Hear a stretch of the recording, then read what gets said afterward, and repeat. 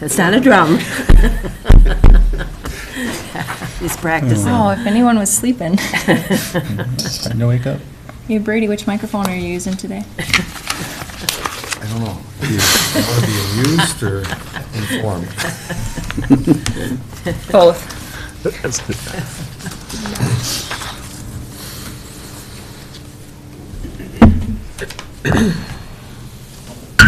Good morning. I'll call the regular meeting of the Cook County Board of Commissioners to order on Tuesday, July 23rd, where our mission is supporting community through quality public service. All rise for the pledge, please. I pledge allegiance to the flag of the United States of America and to the republic for which it stands, one nation, under God, indivisible, with liberty and justice for all. Any adjustments to the agenda? Madam Chair, I handed out one item related to the bids for the windows for the courthouse and the law enforcement center. They came in after the publication, the agenda publication deadline last week, and Brady will address that under the auditor section. Okay. Thank you. Anything else? Make a motion to approve the agenda? So moved. Second. All in favor? Aye. At this time, we open it up for public comment, and we will have up to a half hour today if we need it. Otherwise, everyone will be given 5 minutes. I will time you because it's important that we get through whatever your concerns are. First of all, though, I will ask Elena to come forward because she has a short little announcement for us. Do I need to sign this still? No. Okay. Good morning. Thank you. Just wanted to let you know I've presented you all with the Shoreland Stewardship Guide that our office created over the winter. It is comprehensive. It's tailored towards Cook County with information towards Cook County. Our office developed it per request for the last couple of years from lake associations and individuals, and to try to have something to provide to landowners when we're going out and doing technical assistance and site visits. Just a comprehensive guide, and just to do some indirect education and try to be on the front end and being proactive with landowners. So this is available at our office. If anybody would like some, we have boxes outside. Please feel free to grab them. I think we've tallied up, we've got about 400 out already just in about 2 weeks. So we're pretty excited about that, and folks are excited. Just wanted to make you aware of this opportunity. Thank you. Okay, thank you, Elena. Thank you.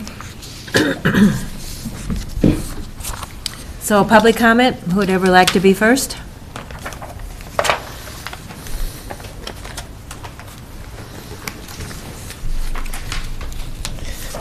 I'm John McClure with the ATV Club.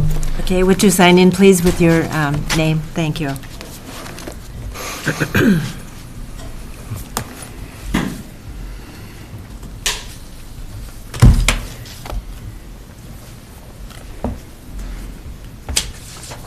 I'm here to support the ordinance for the ATV being allowed on the portions of the Gunflint Trail. I know that this has been a long, long time, and a lot of people have personal items for reasons for not having ATVs on the roads, but there's no logical reasons at all for not allowing the ATVs on the roads. There's been no issues between the Highway Department or the Sheriff's Department, so there's no reason to not support this ordinance.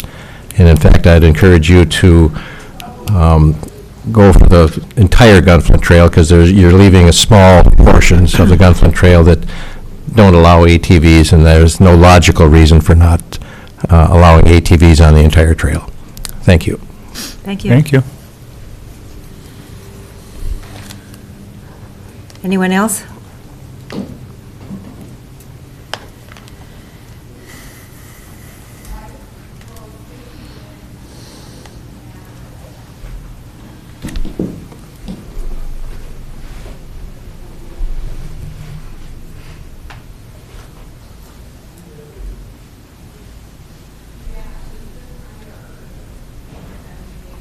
Good morning. Morning. Morning. it's very difficult to come and address things like salary and job descriptions. I worked for the county for a number of years, and I remember what that felt like every time somebody talked about salary and your job. Nevertheless, I want anybody listening to know that anything I might say does not reflect on any one person. It's talking about a system. Last month, you had, or pardon me, last week, you had a discussion which had no public input about something called credentialing. Thanks, Heidi.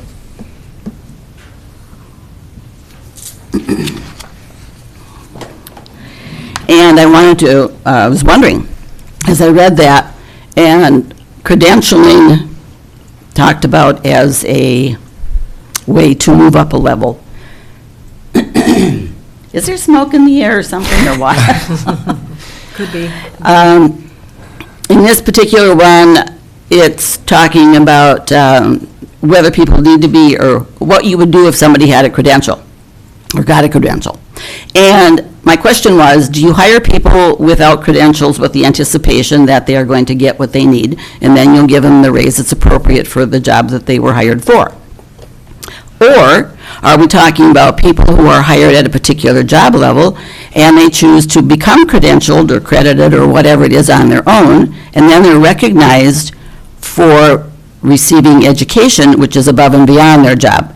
Two very different things, and I would hope that you would look at those in two very different ways as you move forward with this proposal. The second thing is looking again at, you have another job description that you're going to be reviewing today.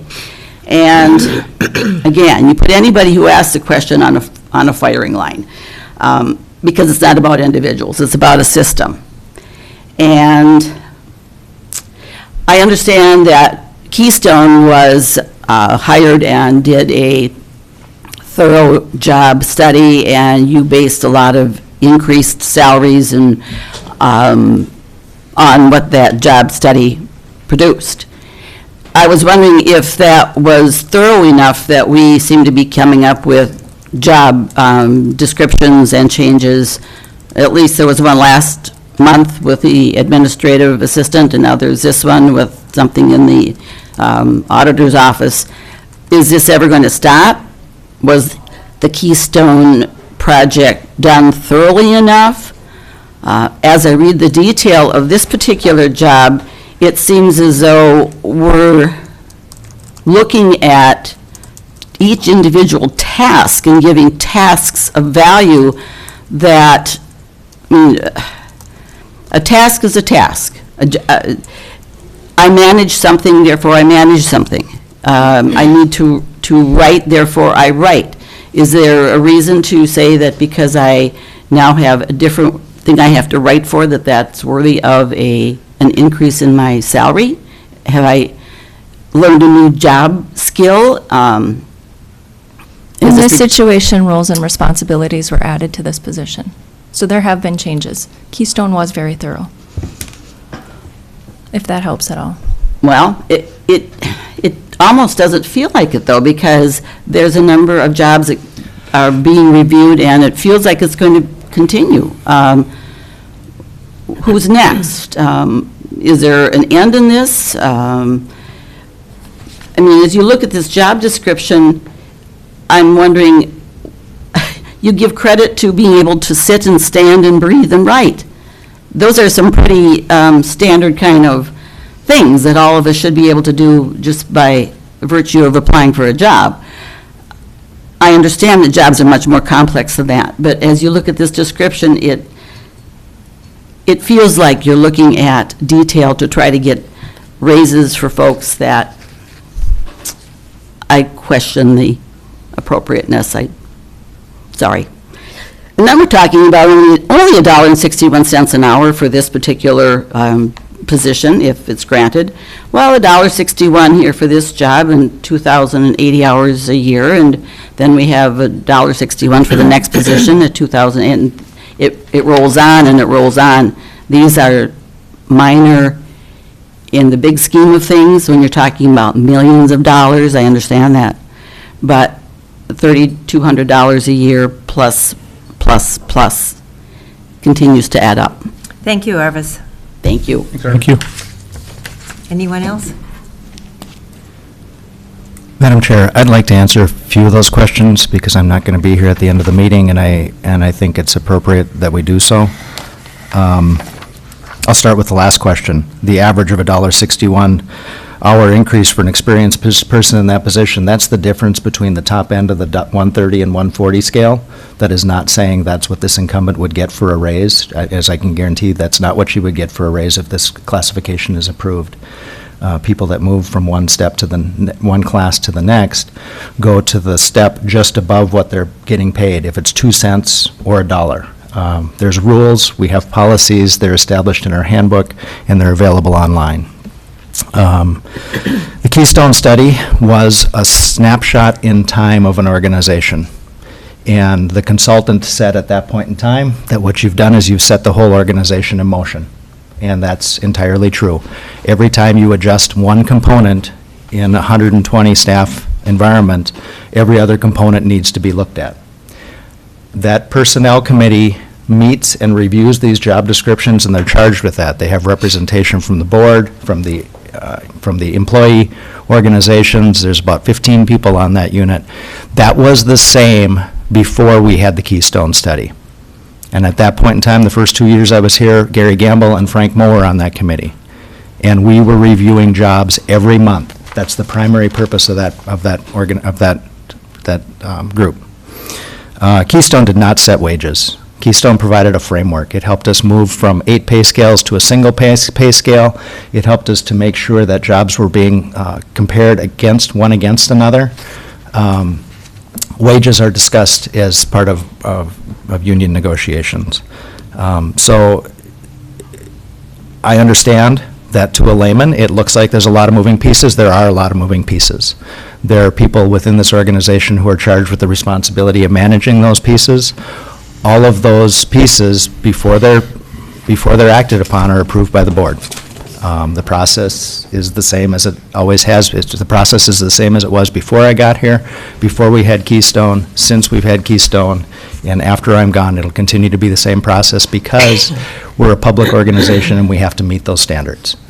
We can't not meet those standards. So I appreciate that there's a lot of context that's not here. But there's enough information for people to understand that the Personnel Committee reviewed this job description. They believe there were sufficient changes to warrant a change in classification, and that's what the board is going to be asked to consider today. Thank you. Anyone else for public comment? Okay, we will move on then to the consent agenda items. Does anyone want to pull anything? I did have H to pull, but the explanation. Okay. Make a motion to approve the consent agenda? Support. All in favor? Aye. Opposed, same sign. So our first item here will be Tim with Land Services. Morning, Tim. Morning, Madam Chair, Commissioners. Have for you this morning a couple of ordinance amendment changes. The first one being for the ATV ordinance. This is a culmination of that was a long process. Started off with an inquiry in with the Highway Department, which led to further discussions in the Public Safety Transportation Committee, and which actually did a review of the issue. And the issue, of course, is, well, if you back up, if you look at the proposed amendments, there's a lot of housekeeping changes that the highway engineer is proposing just to clean up portions of the ordinance, but the bulk of it, or the center of the change, of course, is opening up the Gunflint Trail to more portions than it had been. And a couple internal committees went ahead and reviewed it. We had like I said, the Public Safety and Transportation Committee, and then the Parks and Trails Commission also reviewed it, took a look at any type of incidences that had occurred since the time of the adoption of the ATV ordinance on other paved roads throughout the county, and found that there wasn't any increase. We did post, we had the public hearing actually back in June, and just by virtue of the scheduling of the notice, this particular issue or this amendment had about 3 times as much of the open public comment period, which is reflected by the number of comments that did come in to this. This rivaled only by the vacation rental ordinance comments in terms of numbers. Certainly a lot of passion on both sides of the issue as to whether to open up the Gunflint Trail or not. Those that are opposed to it certainly bring up the public safety issue and the speeds at which ATV goes, and on the other side, it's many of the comments that you had read or that were made at the public hearing portion was, I think we can all share the resource. It's should we share it with bicycles? If it's not too dangerous to share the Gunflint with bicycles or pedestrians, it shouldn't be too dangerous to share it with ATVs. So it passed successfully out of the 2 internal committees, the Public Transportation Safety Committee and the Parks and Trails Commission, and then was voted to recommend approval by the Planning Commission on a 5-2 vote.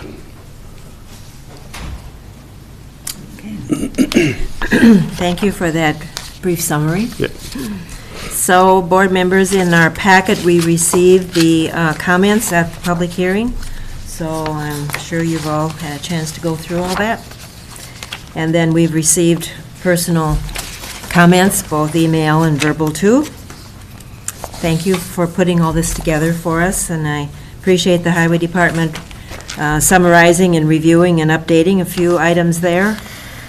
So we'll open this up for questions or comments.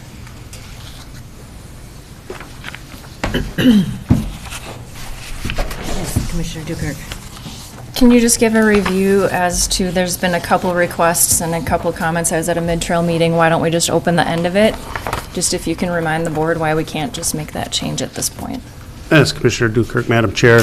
There was comments in writing and in the public hearing as to why we wouldn't be able to, just in this request, go ahead and open it up all the way to the end of the trail. And the reason we can't do that in this particular process, we certainly can do that, but this amendment had been public noticed specifically to go all the way up to the west intersection with County Road 92. And so in order for us to go ahead and open it up for the rest of the trail, which there was support on the Planning Commission to do so, we would have to table it or pass this and reconvene, republic notice it to actually address that side of it. So we cannot do it in this particular process, but it certainly can be done. And Madam Chair, if I could add to that, the termination at West 92 was not without merit. The Forest Service asked us to consider to stop at that point when we brought this to stakeholders and had this conversation. So that limit was set in coordination with our stakeholder partners, the U.S. Forest Service. And as Tim said, if there's a point in time when from that point to the end is reviewed again, then it would go through a similar process. Okay, thank you on that. Any other comments or questions? If not, Jimmy? Bobby? Yeah, I attended the public hearing for this ordinance, and I heard from kind of both sides, and you heard a lot of people talk about speed and vehicles and speed, and you hear about, there was a lot of different things, I guess, and we travel down Highway 61 at 55 miles an hour, bumper to bumper, and there's pedal bikes on an 18-inch shoulder. You can't tell me you're not going to see a four-wheeler on the side of the road. On the Gunflint Trail, I believe the speed limit's 50 miles an hour. So, there is enough room in this county for ATVs and for everybody to enjoy our county. It's just not for the certain groups. So, with that, I would like to make a motion to support the ATV ATV ordinance amendment adopt. Second. Other questions or comments? Yeah, Madam Chair, I certainly share concerns about safety and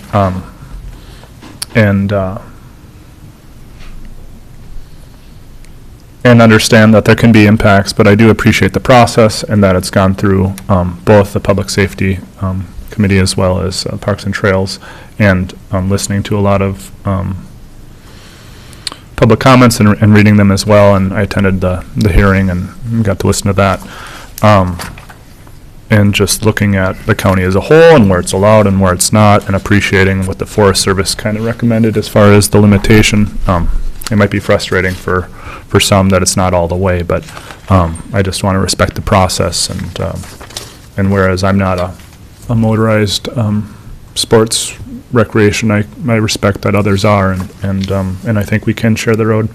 And I do have concerns about safety, and I think ideally, you know, I don't think people are going to be using this as a primary trail. It's going to be more as a connector, and I think that's really important for the dynamics in the county. And so ideally, I think we would have a different trail for that, but that costs a lot of money.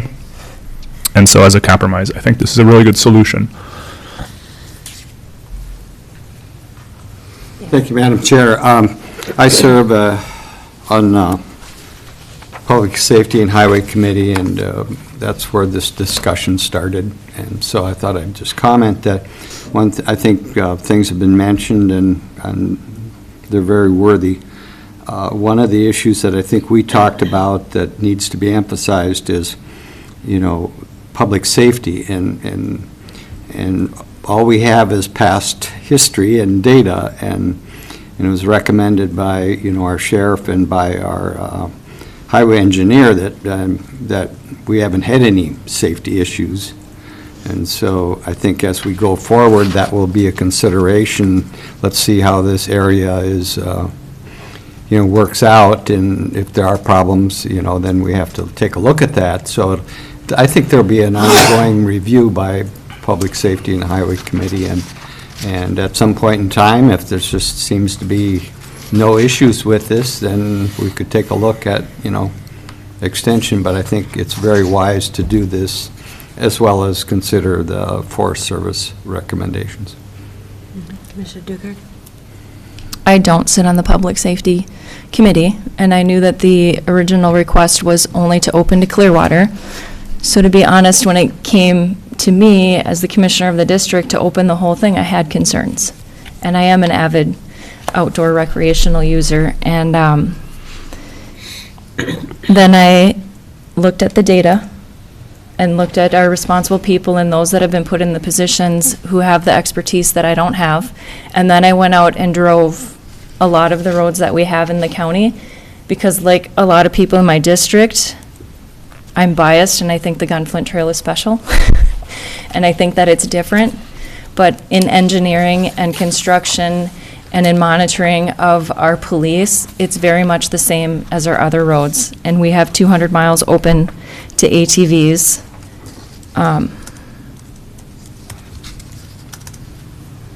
So in looking at the people that we entrust to make these decisions and the conversations that you two had on the committee, I warmed up to it a little more. And yes, we will be monitoring it, and yes, we will be looking at it. And there are some citizens that are concerned, but when I sit and think about it and the amount of times that I drive, and my husband drives a 1-ton extended cab pickup truck with a trailer and huge heavy equipment, and he has been able to stop moose, deer, bicyclists, walkers, people in cars who stop to take a picture in the middle of the Gunflint Trail. He's been able to stop for all of these things. Now, granted, by the time he gets home, he's not very happy, and he tells me his feelings very explicitly about the Gunflint Trail. But I think that if we all obey the laws of the road and behave and have a kind, open heart, we will all be able to use this road together. Any other comments or questions? So we've had a motion and a second. All in favor? Aye. Opposed, same sign. Okay, thank you, Madam Chair. The second item is a little bit of, I don't bring many of these to the board, but I would consider it almost a no-brainer. It is an addition or an amendment to the subdivision ordinance, which basically just requires that any new plat that is being considered that's within a mile from any school that its primary enrollment is first through eighth grade would consider safe routes to school, as in trails and such like that. And I would say over the last 10 some odd years from the 2007-8 kind of housing market depression there, we have not really had a lot of, in fact, I don't think we've had any plats that go through. But I would say that prior to that point, we even did consider these anyway. Even though that the language wasn't in the ordinance, we always did consider trails and access and walking and recreation and things like that and safety as we did process plats. So I would say this really isn't adding anything that we hadn't already considered. It's just real specific. And really, at this point, it only impacts the school, Birch Grove, on the west end. The school in the city wouldn't have any plats within a mile that we would be processing from the county level. So it really would only apply to that particular school. But we went ahead and posted it and did the public hearing. It received unanimous support from the Planning Commission and recommended for approval. Thank you. Questions or comments? Motion to approve. Second? Any other questions or comments? All in favor? Aye. Opposed? Same sign. Thank you, Tim. Okay, so we have a conditional use proposal by Bill. Good morning, Madam Chair, Commissioners. Morning. As suggested, this is a July 10th meeting product from the Planning Commission. Lloyd Speck purchased his property in 2015 on the outskirts of Grand Marais below Odds and Ends. And ironically, that's a portion of the county which is under city jurisdiction for subdivisions. Ordinance and other enforcements are the responsibility of the county, but the city has a 2-mile claim for subdivisions. And so Mr. Speck went through the city to have the 2 separate parcels recognized as individual parcels. Subsequently, it was turned over to the auditor's office, and he has 2 separate parcels now. The upper portion does not have any build-out or any development on it. And if you look at section 4.09 of the Cook County zoning ordinance, and specifically condition number 12, it says specifically that a conditional use permit is necessary to do any build-out in excess of 1,000 square feet without the presence of a primary residence. So that is a precise and very specific match for Mr. Speck. Brought it into the Planning Commission, and it was one of those meetings where everything lined up to the point where discussion was really unnecessary because it is a precise match with ordinance language. So by unanimous vote, the Planning Commission voted to approve the spec request with the recommendation to the Board of Commissioners that it be approved. Okay, thank you. Questions or comments? Mr. Mills? I've talked with Lloyd fairly regularly, fairly often, but we didn't talk about this. I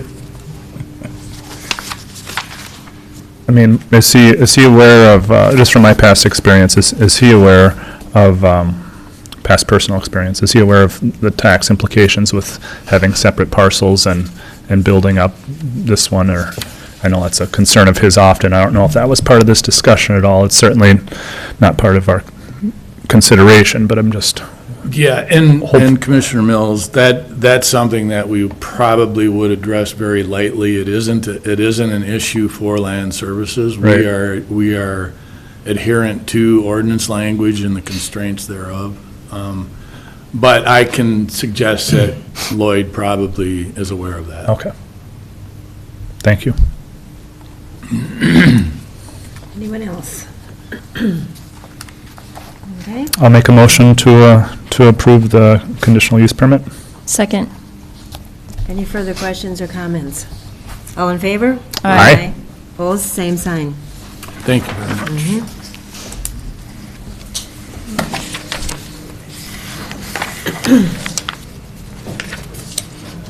So we have Randy. Blue Island River Road. Randy's going to Yes. present. Right.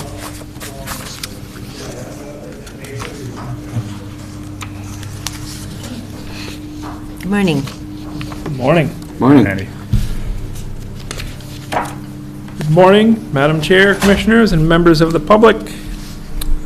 Today I bring forward the county's bid to replace the two-island culvert on Casal 1 and Schroeder. This is one of the structures that Cook County committed to replace as soon as possible following the 2017 MnDOT bridge inspections. The good news is that we received a favorable bid from Northland Constructors. However, the bad news is the suppliers cannot get a pipe delivered to the site before this fall's trout spawning restrictions begin. There's been an extraordinary demand for the box culverts this year. Carlton County has a project that is also being impacted by the delay as well. So we have currently two options. One is to reject all bids and rebid the project next year, or award the project to Northland Constructors, expecting a slight increase to be negotiated and for a 2020 completion date extension with the contractor. It is our recommendations to award the contract based on the $105,000 difference between the two bidders, and this project is funded by state aid dollars. After the spring spawning season, the project will be scheduled sometime between July 1st and September 15th next year, and the Highway Department will continue to regularly inspect the condition of the existing structure in the meantime. And I'm happy to answer any questions, and I'd ask for a motion to award the state aid project number 016-601-014 to the lowest responsible bidder, Northland Constructors, in the amount of $349,700, and authorize the board chair to sign this contract pending county attorney review. Okay. It just seems like at certain times, there's a high demand for a lot of things. It is. This happens to be one of them. Yes. Who knew? Okay. How about questions or comments? Commissioner Mills? So you said that it'll be monitored in the meanwhile if we approve this, or even if we don't, I'm sure. And that monitoring is just to make sure it's still usable, still safe, and, I mean, that's the concern It's of not doing caved anything we in, don't right, want it to do. Right. Exactly. Thank you. Well, I think that's a good way to go then, is the best we can do.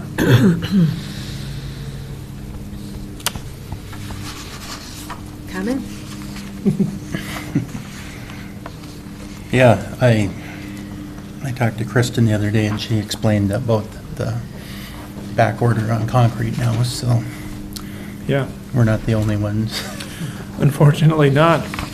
And I'd like to make a motion to accept the bid of Northland Constructors for $349,700. Support. Any further comments or questions? All in favor? Aye. Opposed, same sign. Thank you. Great job on your presentation. Thank you. I don't know if you were nervous, but you did fabulous.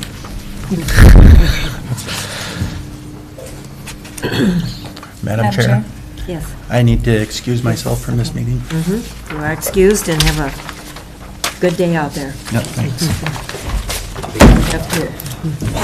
We'll hear more later. Have fun. Can we have a report when you guys, next time? We'll expect it, of course.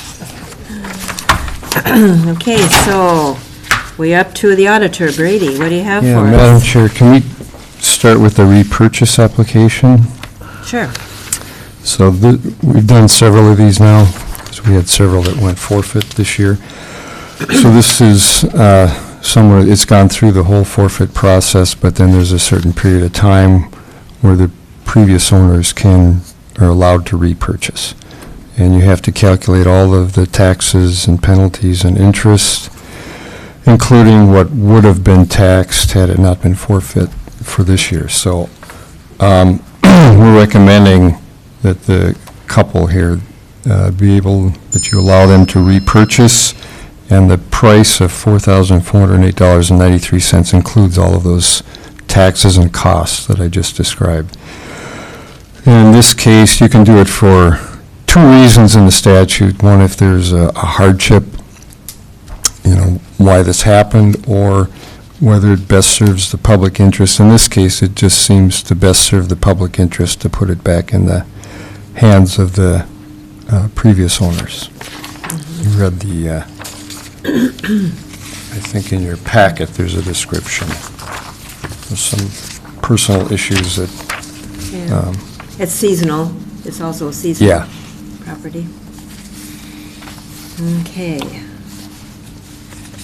Anything else? Wait, so we've done a couple of these now, or a few of these. About 4, Yeah. 5. Which is more than I'd expect.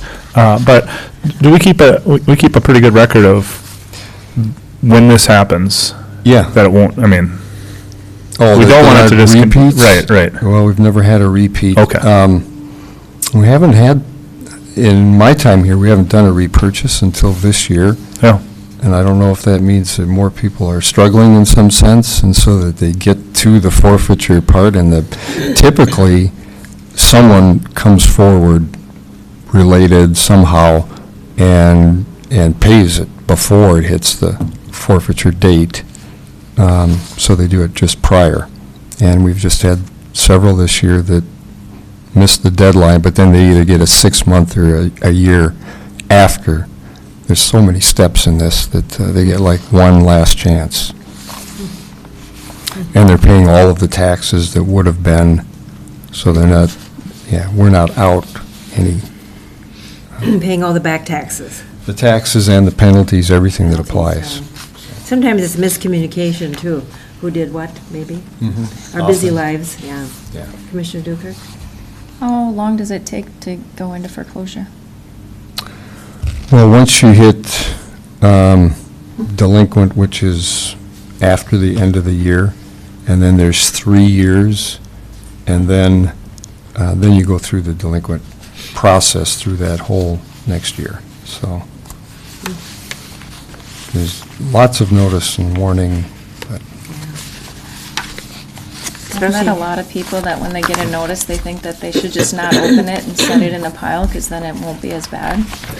But I'll point out that law changed 2 years ago. It used to be 5 years was the basis, and now it's 3.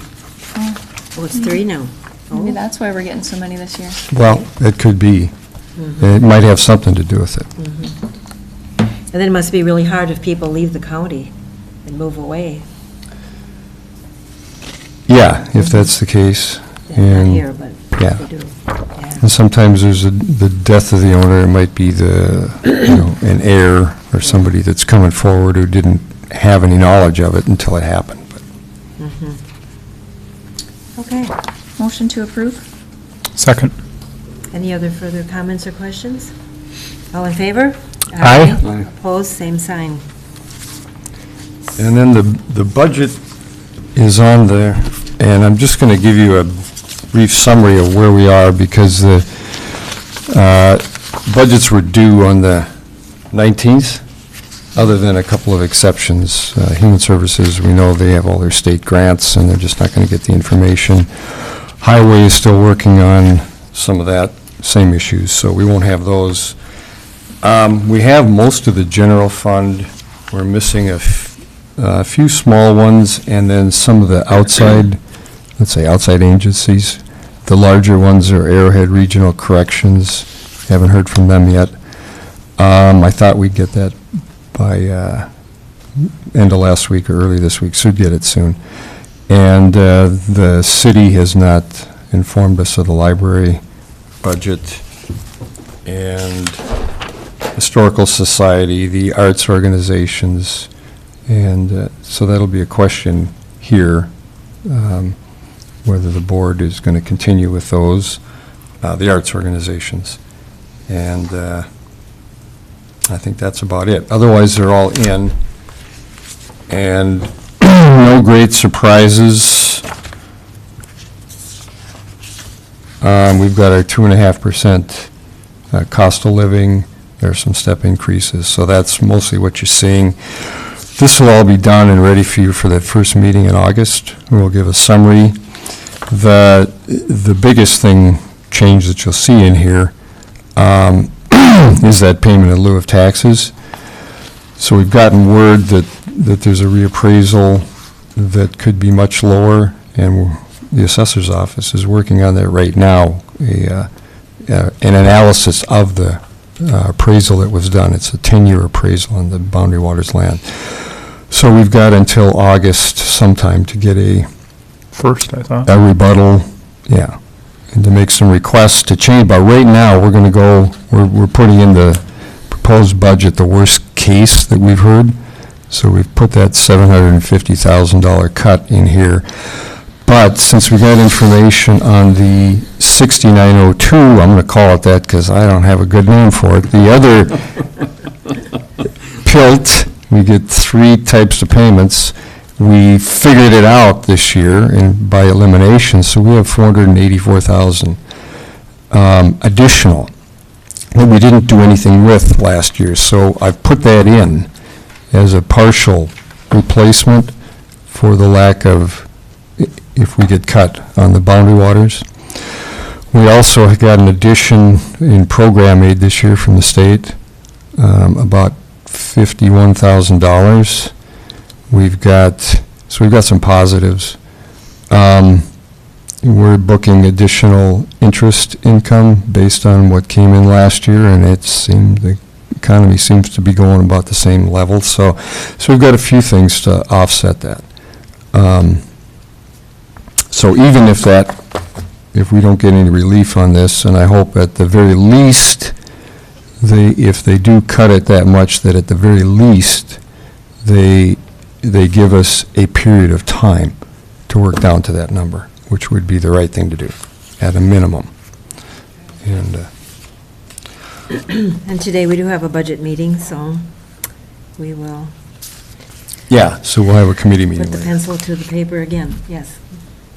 We had a mid-trail meeting, and there was a lot of questions about the PILT money, and a comment was made that we, the commissioners, should not budget or set our budget to include it at all. So if during our budget discussions, if you would just let us know what a levy would look like if we didn't include that as a balancing mechanism. Yeah, well, there's 2 ways to look at that too, because you have a fund balance. Mm-hmm. So I'm inclined to put in what we think are best information in our budget, because we should have a pretty good idea by the time we finish in December. And I think we'll need to budget that number as what we feel it's going to be, what we believe it's going to be. And then take if we want to use fund balance, that's fine, but we should use the right number. Was that comment about not using any of the PILT money in our operating budget? Mm-hmm. Okay. Oh, I see. Yeah. Versus, yeah. Because it's a moving number every year. It's very The difficult. comment was made by a county employee that said that Brady told the commissioners in 1998 not to use PILT money to balance the budget. Genius. That's the actual comment made. Not to throw anybody under the bus. I don't think But- so. I think probably when... I have a lot of yeah. citizens that are asking, what does that look like? I think when we got this big increase 10 years ago, Mhm. because we took a tremendous jump when they valued it in 2008, 10 years ago, or 2009, and I remember recommending that we ignore part of that increase and just put it into the fund balance. But changes came along. It was the recession came to an end and so forth. And it got built back into the regular operations. So I get the idea. Commissioner Bergeron? Yeah, just, I've been in discussions on this and just wanted to comment that, what has been done, and whenever we do corrections, we have to be strategic about that. You just don't say, we're going to do this or do that, and we got to look at, long-term, and I think, depending upon what happens with this, but we're going to need to look at the 10-year period whenever we find out what that is. And there has been some talk that we might be held harmless, maybe for a year even, but that's going to come from the Department of Agriculture. The commissioner has authority to do that. So that's being worked on, but, what we did in the past is part of what we are now in our future. And so when we make corrections, that's my point, is that we just don't take it out or leave it in. We have to look at long range, and then I think the likelihood and so forth, and what is the intent, and if we don't budget it, then it goes into reserve. And so that would be the decision, but I think we have to always look at this as long-term. That's my point, I guess. Mm-hmm. And then, strategize how that would play out with various scenarios, yeah. Right. Okay. So we'll move on to windows. So, I'm sorry. Oh. So we're not going to know anything until after August 1st sometime, and it's going to be probably a long process. I mean, I think they have to make a decision by November. Okay. If I remember right. okay, thank you. I didn't know that. But they That's might. a long time. Yeah. They are talking about giving more time for it's the three assessors. It's Lake, Cook, and St. Louis are working on it, all three of them. Bob's in there working on it every day. They might give them additional time for the rebuttal, or the reanalysis, so to speak. But I think they have a deadline themselves, so. Thank you. Okay, we're all good? Thank you. Then we'll move to windows. So I think you got a summary there, Yeah. and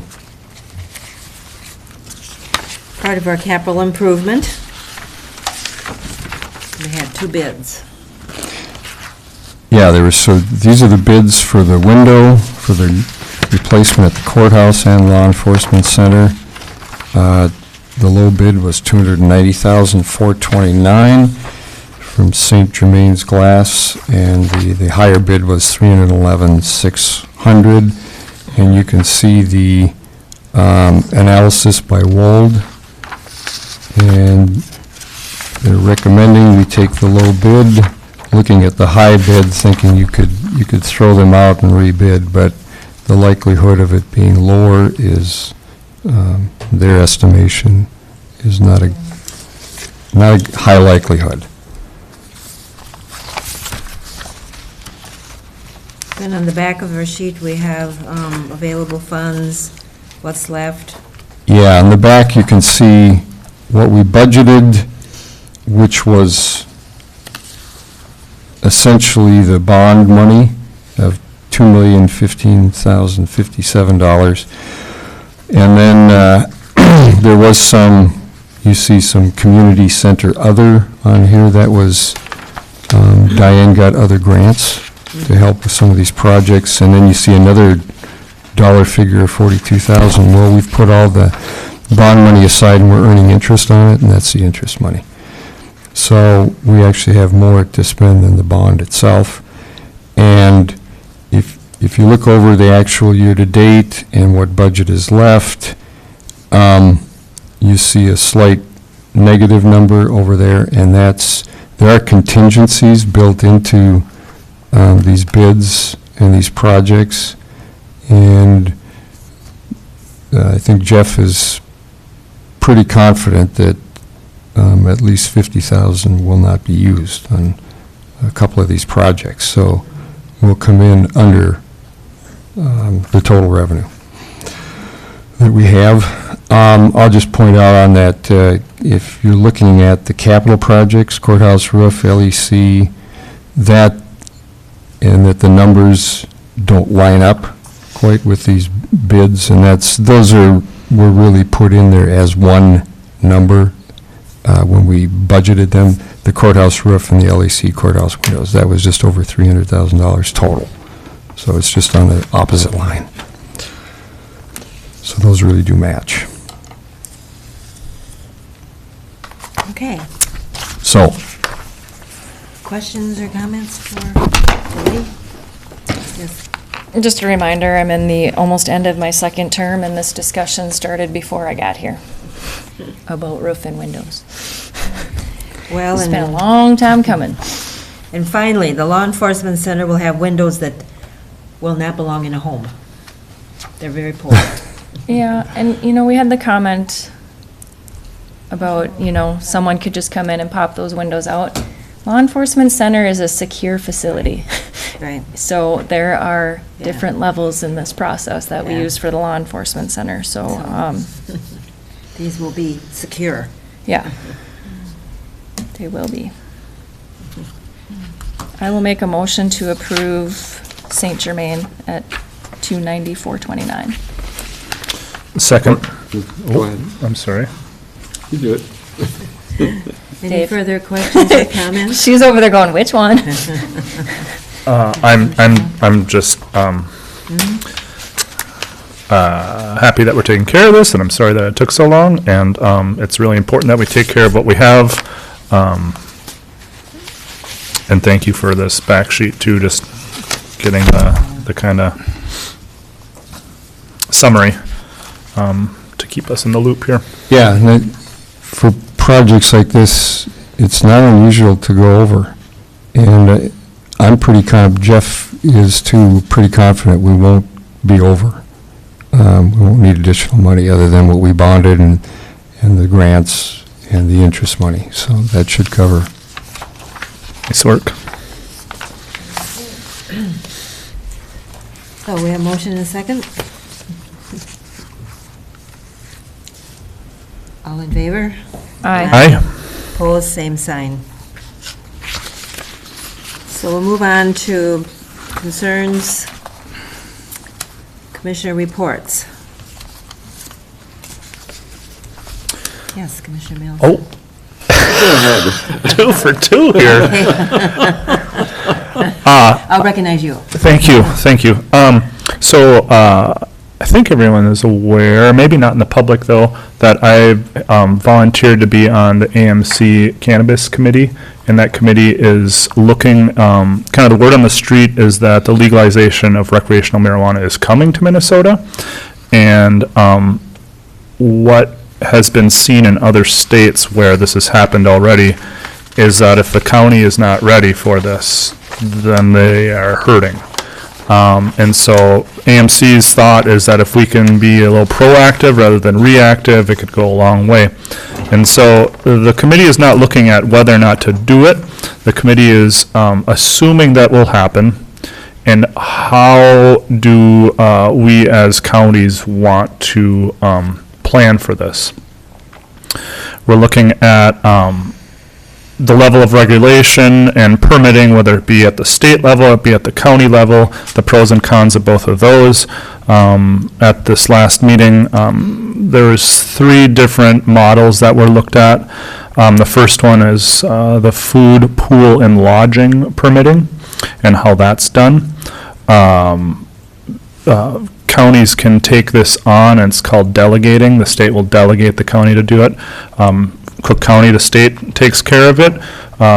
In counties where there's a lot more food, lodging, and pool establishments, it's often in their best interest to do it themselves and collect those fees and kind of keep it in the county or in the city, depending on that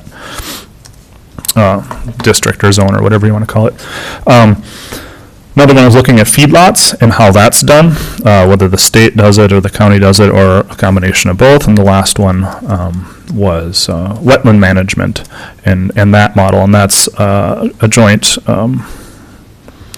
kind of joint management from Bowser, the DNR, and then also the local government unit, the Soil and Water Conservation District, or the county themselves. And so, I feel like a lot of the committee members originally were saying, the county should do it, the county should do it, the county should do it. With some of the costs and problems with that, it seems like people are looking more at the state doing it, but having the county having some control or flexibility.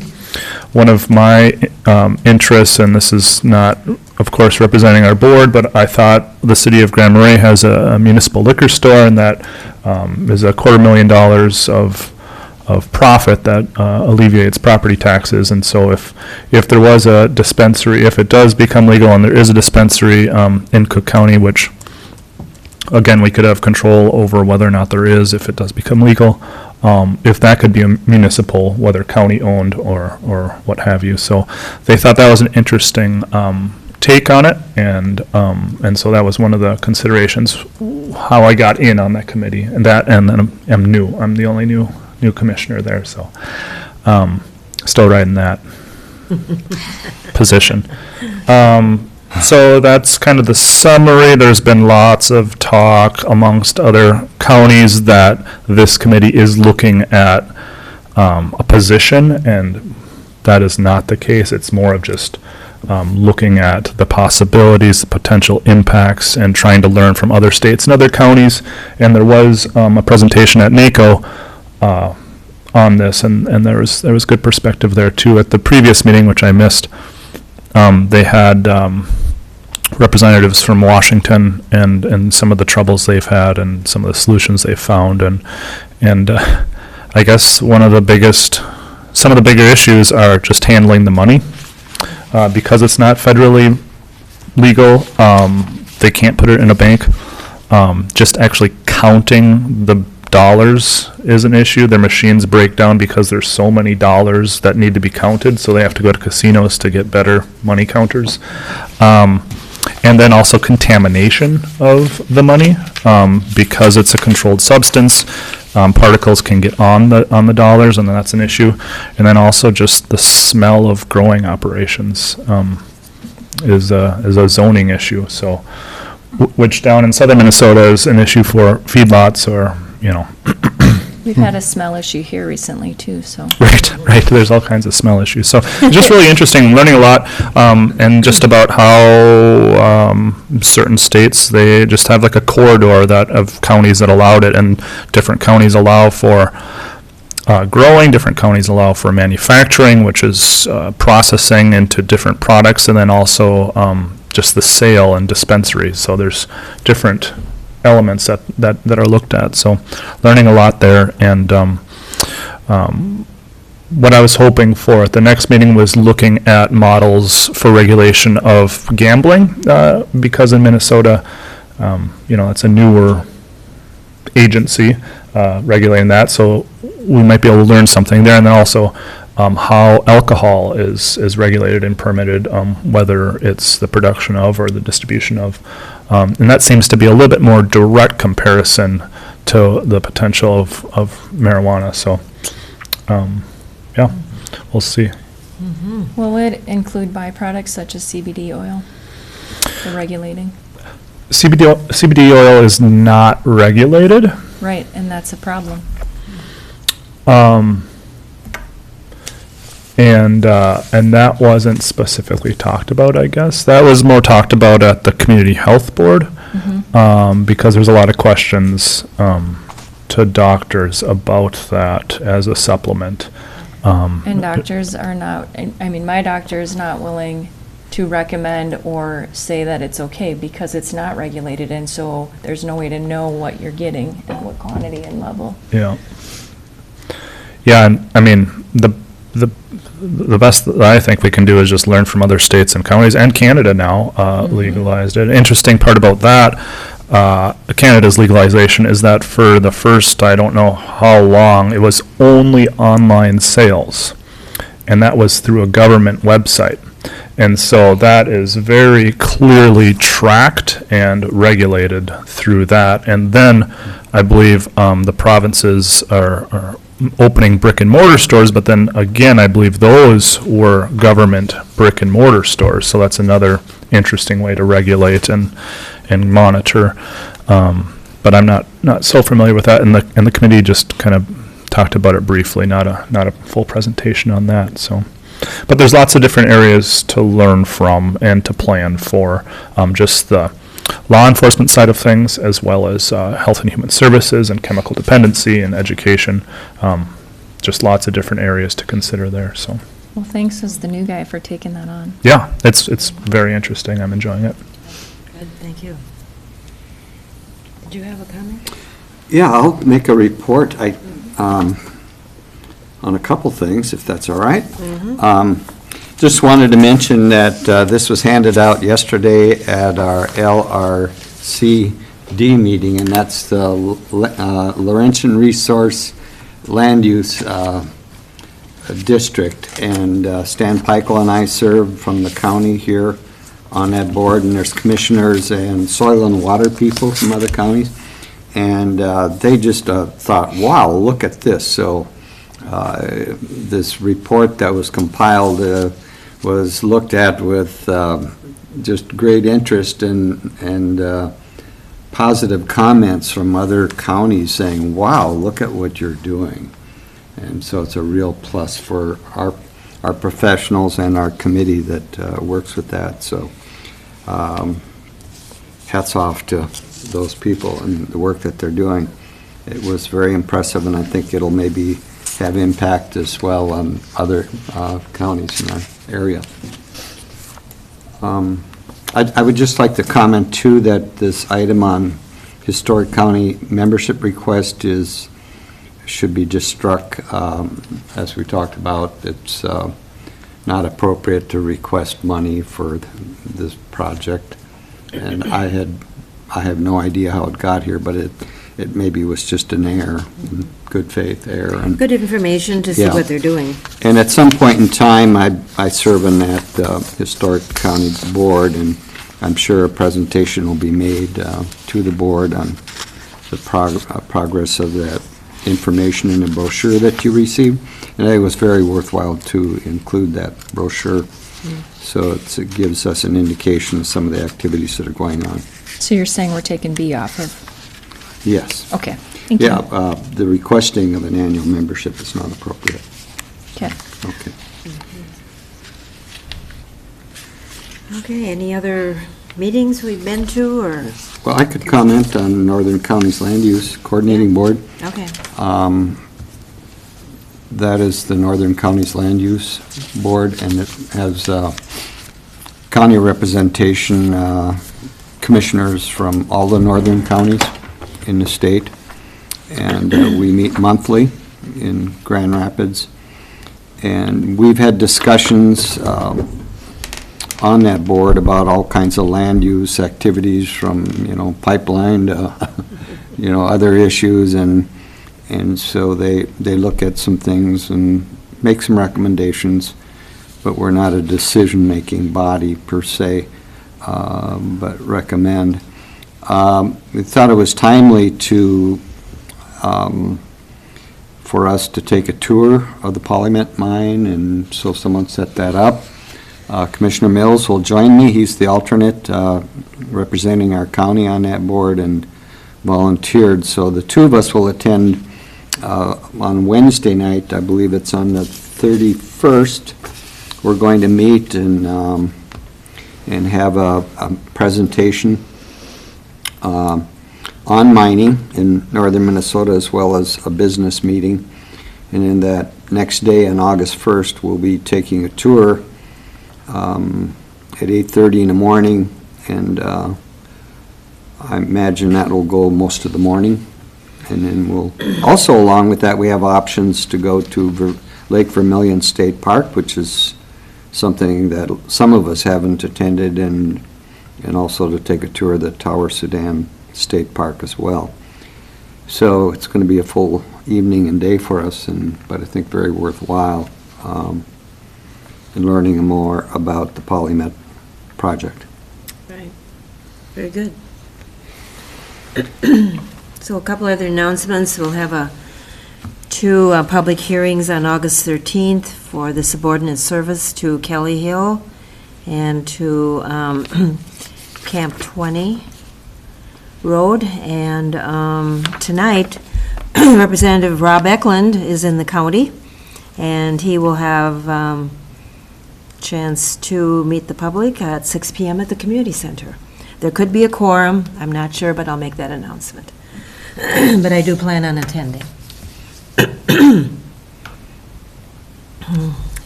Any other meetings? Yes, Commissioner. Not necessarily meeting, but in our correspondence, the population estimates.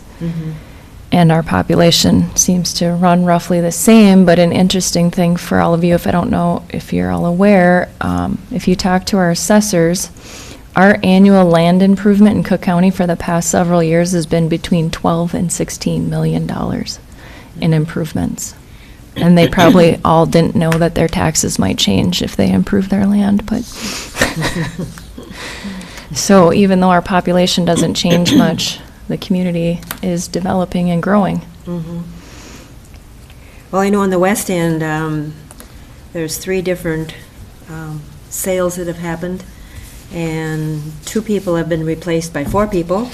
So hopefully next year we get a really good count. I'm hoping that it will go up some. Okay, anything else? Otherwise? Motion to adjourn. Motion to adjourn. Thank you, everyone.